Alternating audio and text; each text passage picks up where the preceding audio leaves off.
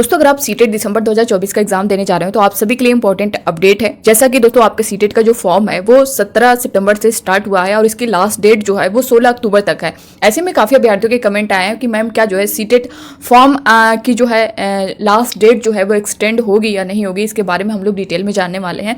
साथ ही बहुत सारे अभ्यर्थियों से फॉर्म फिलअप करने में कुछ ना कुछ मिस्टेक हो गई है, तो करेक्शन की डेट कब है, कब आप करेक्ट कर पाएंगे, क्या क्या चीज़ें कर पाएंगे, इसके बारे में भी हम लोग जानने वाले हैं। साथ ही दोस्तों सीटेट चाहे जैसा कि आपका जो जुलाई में एग्जाम हुआ था सीटेट का, उसमें चाहे आप पास हुए हों या फिर फेल हुए हों, आपके लिए बेहतरीन मौका है। क्यों, इसके बारे में हम लोग जानेंगे। तो आप सभी बने रहिएगा वीडियो के लास्ट तक बिना स्किप कर। दोस्तों नए हो चैनल पे विजडम मास्टर चैनल को सब्सक्राइब कर लीजिएगा, बेल आइकन को प्रेस कर लीजिएगा ताकि सीटेट से रिलेटेड या किसी भी शिक्षक भर्ती से रिलेटेड हर ऑथेंटिक अपडेट आप तक टाइम पर पहुंचती रहे।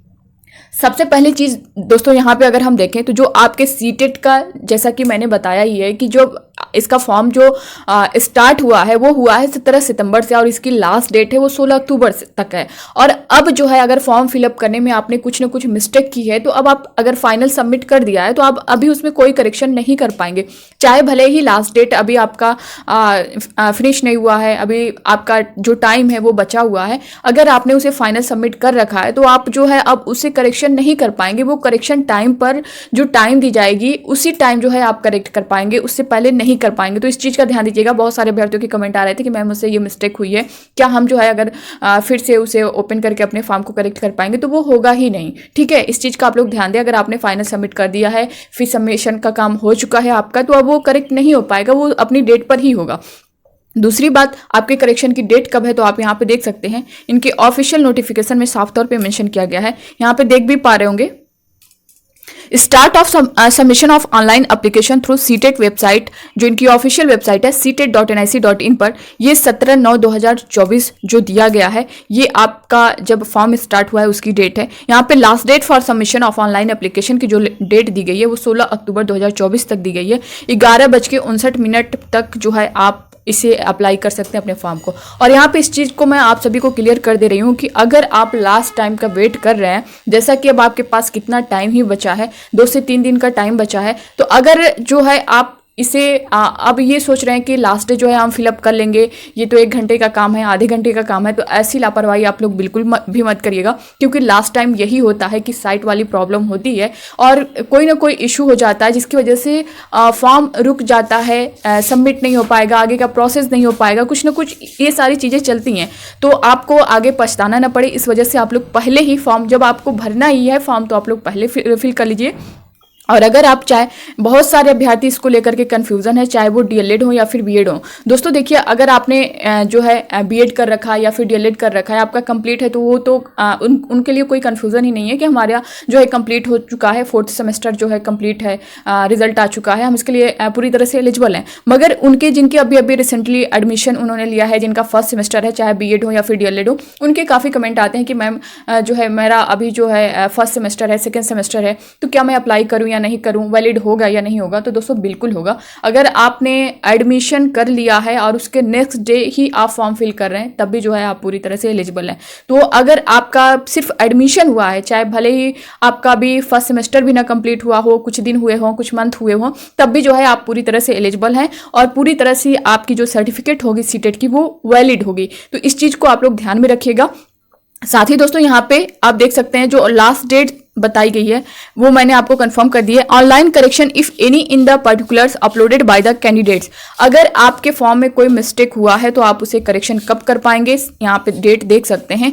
21 अक्टूबर से लेकर के आप जो है 25 अक्टूबर तक आप करेक्शन कर सकते हैं। तो ये डेट दी गई है आपकी 21, 22, 23, 24, 25, यानी 4 से 5 दिन का जो टाइम दिया गया आपको करेक्शन का, इस बार ज़्यादा ही दिया गया है। इससे पहले 3 दिन का ही करेक्शन दिया जाता था सीटेट के लिए, तो अभी इस बार आपको ज़्यादा टाइम दिया गया है, लगभग 4 से 5 दिन का टाइम दिया गया है करेक्शन के लिए। तो फिलहाल आपसे कोई भी मिस्टेक हुई हो आप जरूर से करेक्ट करिएगा, क्योंकि अगर यही मिस्टेक हुई आपसे तो फिर आपके सर्टिफिकेट, मार्कशीट में वही चीज़ें, रिजल्ट में वही चीज़ें देखने को मिलेंगी जिसको लेकर के फिर आप बाद में परेशान होंगे कि इसको हम करेक्ट कैसे करवा पाएं। और कहीं से भी नहीं हो सकता है, वो दिल्ली इनकी जो मेन ऑफिस है वहीं जाना पड़ेगा, और वो भी इतना जल्दी पॉसिबल नहीं होता है। तो अगर थोड़ा सा भी कहीं भी कुछ भी मिस्टेक है तो आप लोग जरूर करेक्ट करिएगा, या फिर चाहे लैंग्वेज को लेकर के होगा, पेपर को लेकर के होगा। यहाँ पे बहुत सारे अभ्यर्थियों का ये भी कमेंट था कि बहुत सारे अभ्यर्थियों ने पेपर फर्स्ट और पेपर सेकेंड दोनों फिल कर रखा है, और अब उनका कहना है कि मैम क्या जो है हम अगर पेपर फर्स्ट करेक्ट करके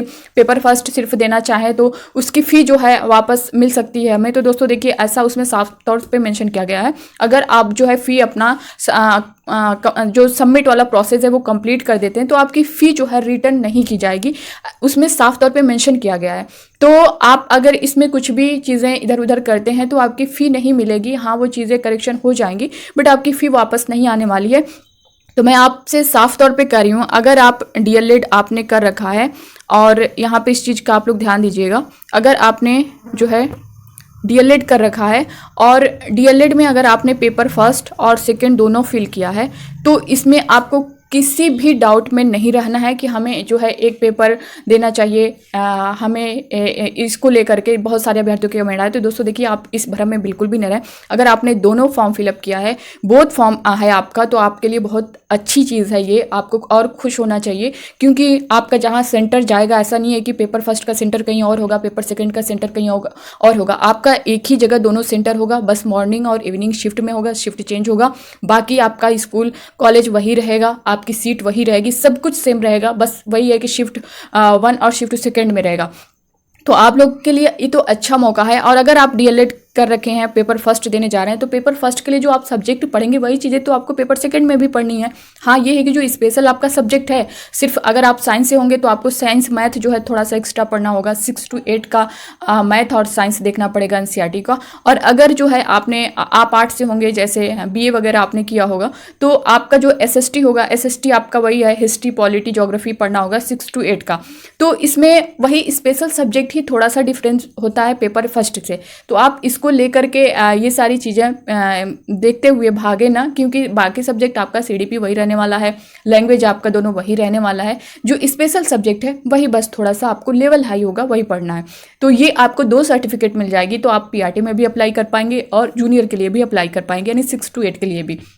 बीएड के लिए है तो बीएड के लिए साफ है कि 6 to 8 पेपर सेकंड ही देना है, तो उनके लिए तो कंफर्म ही है। डीएलएड के लिए काफ़ी अभ्यर्थियों के कमेंट भी आए थे, तो मैंने आप सभी को ये सारी चीज़ें क्लियर कर दी हैं। तो आई होप कि दोस्तों इससे रिलेटेड आपके मन में जो डाउट था वो क्लियर हुआ होगा। और जिन लोगों ने फॉर्म फिलअप कर लिया, चाहे फर्स्ट पेपर किया हो या सेकेंड पेपर किया हो, इनके लिए कोई बात नहीं है। बट जिन लोगों ने अभी नहीं किया है तो मैं यही सजेस्ट करूँगी आप लोगों को, पहले भी उन लोगों को भी मैं बोली थी कि अगर आपने डीएलएड किया है तो आप लोग दोनों पेपर को फिल करिएगा, इससे आपका फ़ायदा होने वाला है। साथ ही यहाँ पे चाहे आपने जैसा कि जुलाई का जो एग्ज़ाम आपने दिया था, अगर आप फिर से भी देना चाहते हैं तो जितनी बार भी देंगे, इससे कोई अटेम्प्ट जो है इसका काउंट नहीं होता है, आप कितनी भी बार दे सकते हैं। इसलिए भी काफ़ी अभ्यर्थियों के कमेंट आए थे। और सीटेट पास फेल वालों के लिए खुशी की खबर ये है कि ये सीटेट आपके लिए बहुत जो है इंपॉर्टेंट होने वाला है, क्योंकि बिहार में अगर आप देखें तो बीपीएससी टीआरई 4.0 जो होगा उसमें अभी आपने देखा होगा कि टीआरई 3.0 का रिजल्ट जो है अभी रुका हुआ है। तो इसका रिजल्ट अगर देखा जाए तो अक्टूबर के लास्ट तक इसका रिजल्ट कहीं देखने को मिलेगा। और उसमें भी थोड़ी बहुत अगर ज्वाइनिंग वगैरह को लेकर के, काउंसलिंग वगैरह को लेकर के थोड़ा लेट होगा तो नवंबर तो पूरा चला ही जाएगा, 1 मंथ। तो आप देख सकते हैं ये सारा प्रोसेस टीआरई 3.0 का कंप्लीट होने के बाद ही टीआरई 4.0 देखने को मिलेगा। तो अगर जो है आप ये एग्ज़ाम दे लेते हैं सीटेट का और इसका रिजल्ट 1 महीने से पहले आपको दिख जाएगा, तो आप यहाँ पे एलिजिबल हो सकते हैं, आपके लिए मौका मिल सकता है। इसलिए आपके लिए बेहतरीन मौका है। सीटेट अगर आप पास कर लेंगे तो आने वाला कोई भी एग्ज़ाम, चाहे वो DSSB हो, KVS हो, चाहे आपका बिहार का कोई एग्ज़ाम हो, अदर स्टेट कोई भी एग्ज़ाम हो, आप वहाँ पे आराम से अप्लाई कर पाएंगे। तो ये था दोस्तों इससे रिलेटेड पूरी जानकारी। बाकी आपके मन में इससे रिलेटेड कोई डाउट होगा तो आप लोग कमेंट बॉक्स में कमेंट करके ज़रूर बताइएगा। मिलते हैं नेक्स्ट अपडेट के साथ, तब तक के लिए bye bye, take care, thank you.